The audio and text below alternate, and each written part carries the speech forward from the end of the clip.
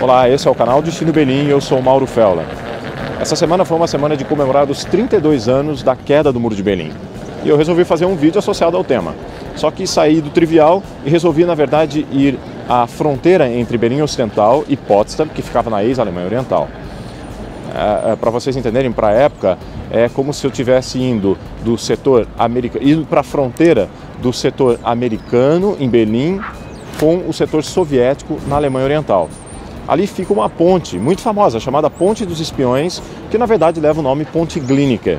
O que eu quero é contar brevemente sua história e mostrar imagens de 30 anos atrás para comparar como ficou a paisagem justamente daquela parte da cidade depois da queda do muro. Me acompanhe.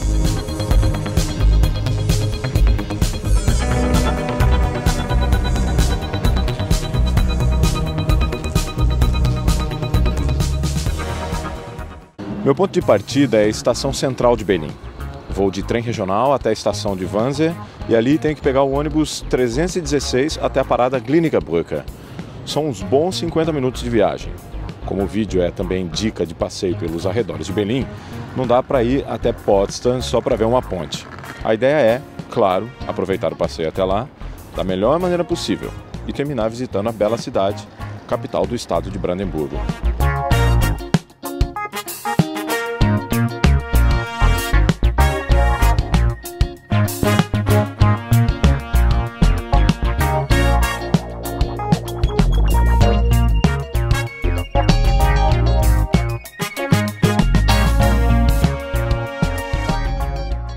Muito bem, já estou aqui na altura da estação de Wannsee, onde eu tenho que daqui a pouco pegar o ônibus 316, ele passa a cada 20 minutos, mas antes eu tenho que dar uma dica para vocês. Não tem como não contemplar a natureza ao redor, principalmente porque justamente próximo à estação fica o Lago de Wannsee, o famoso Lago de Wannsee aqui de Berlim.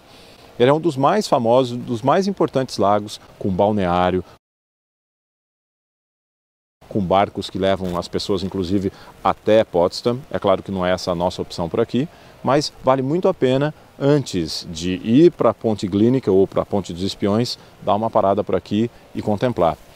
Só para vocês entenderem, em Berlim, lá no centro, corre o rio Spree. Por aqui já não corre mais o rio Spree. Nessa altura corre o rio Havel, que é o tributário de vários lagos que existem nessa região. Quando a gente vem de Berlim para cá, a gente passa, por exemplo, o trajeto do S-Bahn ou mesmo do trem regional é através de Grunewald, uma floresta, e daí com o S-Bahn começam a surgir estações sempre com o nome Z, ou seja, lago. Antes, por exemplo, do lago de Wannsee, onde eu estou aqui, existe o lago Nikola, o Nikola Z, e depois de Wannsee, Griebnitz. E depois, quando a gente estiver lá na altura da Ponte dos Espiões, também tem outros lagos. Mas o fato é, dica, não deixe de dar uma paradinha aqui antes de pegar o ônibus 316, 20 minutos depois, 40 minutos depois. Contemple isso aqui porque é muito bonito. E agora sim, eu vou subir porque eu tive que descer, o ponto de ônibus está a uns 20, 30 metros de altura daqui e estou indo para a Ponte dos Espiões.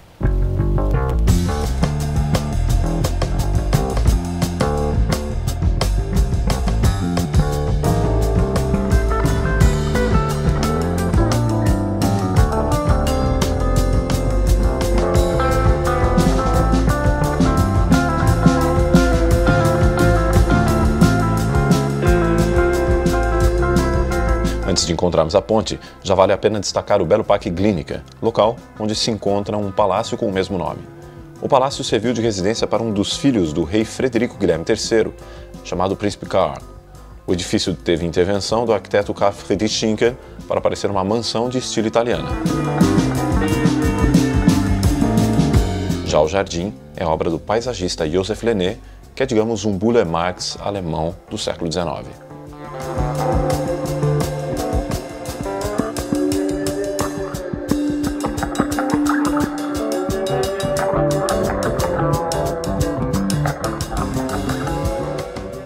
Enfim, a Ponte dos Espiões, que não leva esse nome. Essa ponte se chama Ponte Glienicke. Ela liga justamente a cidade de Berlim, nessa altura em que eu estou, a Potsdam, que é inclusive capital de um outro estado da Alemanha. Justamente aqui eu estou na fronteira entre a cidade-estado Berlim e a unidade federativa Brandemburgo. Isso mesmo, capital de Brandemburgo é Potsdam. O interessante é que a divisão da fronteira entre Berlim e Brandemburgo, na altura de Potsdam, se dá justamente no meio da ponte Glienicke. Isso é possível perceber ou constatar justamente porque essa ponte ela tem duas cores. Aqui nesse lado de Berlim, ocidental, ou então o antigo setor americano de ocupação, na cidade de Berlim, verde escuro. Do outro lado da ponte, a cor fica verde clara. Era justamente onde ficavam os soviéticos, né, ocupando aí a Alemanha Oriental, porque também tem soviético ocupando parte de Berlim, só que é lá do outro lado da cidade. Agora uma breve história aqui da ponte Glienicke. Só existe ponte nessa altura em que eu estou desde o ano de 1660. Era uma ponte de madeira, nada de aço, como vocês veem agora, e na verdade essa ponte foi construída na época porque Potsdam passou a ter mais importância, passou a ser, na verdade, a segunda residência da família dos Hohenzollern, que eram os monarcas que governavam então o eleitorado de Brandemburgo-Prússia. Berlim era a cidade principal, e daí nesse ano, na verdade, tinha um príncipe eleitor chamado Frederico Guilherme, o grande eleitor, que gostava de viajar para Potsdam. Então, o Frederico Guilherme falou, não, tem que construir pontes para ligar Berlim a Potsdam. E daí, 100 anos depois, numa época em que estava no poder Frederico o Grande, o mais importante monarca já do reino da Prússia, Frederico II adorava ir para Potsdam. Ele ficava dos meses de abril a outubro, novembro por aqui. Ele governava justamente da segunda residência agora do reino da Prússia. Ele justamente passava um tempo no palácio principal da cidade, onde ele era o chefe de Estado, mas depois ele ia se divertir no seu pequeno palácio, o Palácio Sanssouci, que é, na verdade, o que mais chama a atenção da cidade de Potsdam. E daí, em 1777, ele manda construir uma nova ponte, agora porque existe uma nova condição que é muito interessante de se contar aqui. Sem contar que uma estrada de quase 1.400 quilômetros ligando o oeste e o leste da Prússia passava por Berlim e seguia por Potsdam para, por fim, chegar na altura de Königsberg, atual Kaliningrado, território russo, que ficava então na Prússia Oriental.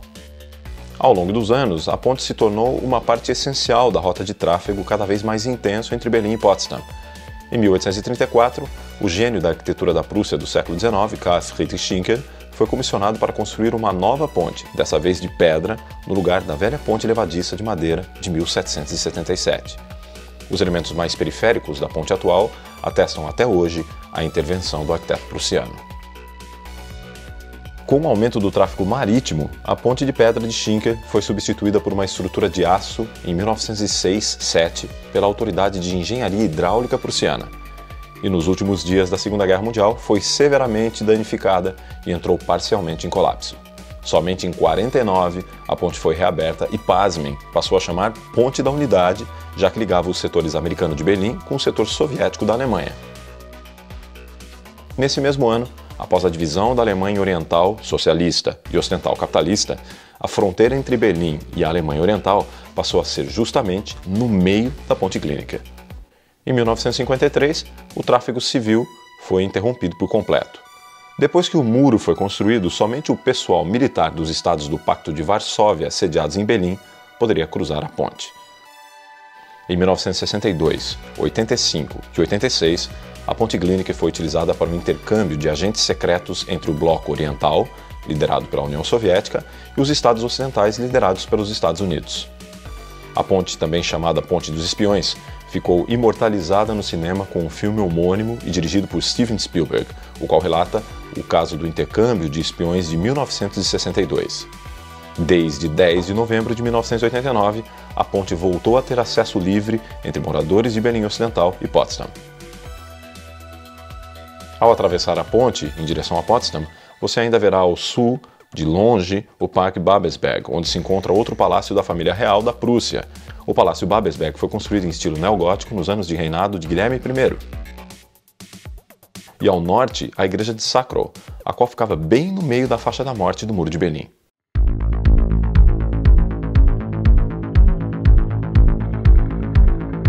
Agora que eu estou em Potsdam, eu me despeço, agradeço a você que chegou até aqui nesse vídeo e digo, não é agora que eu vou contar um pouco da cidade de Potsdam.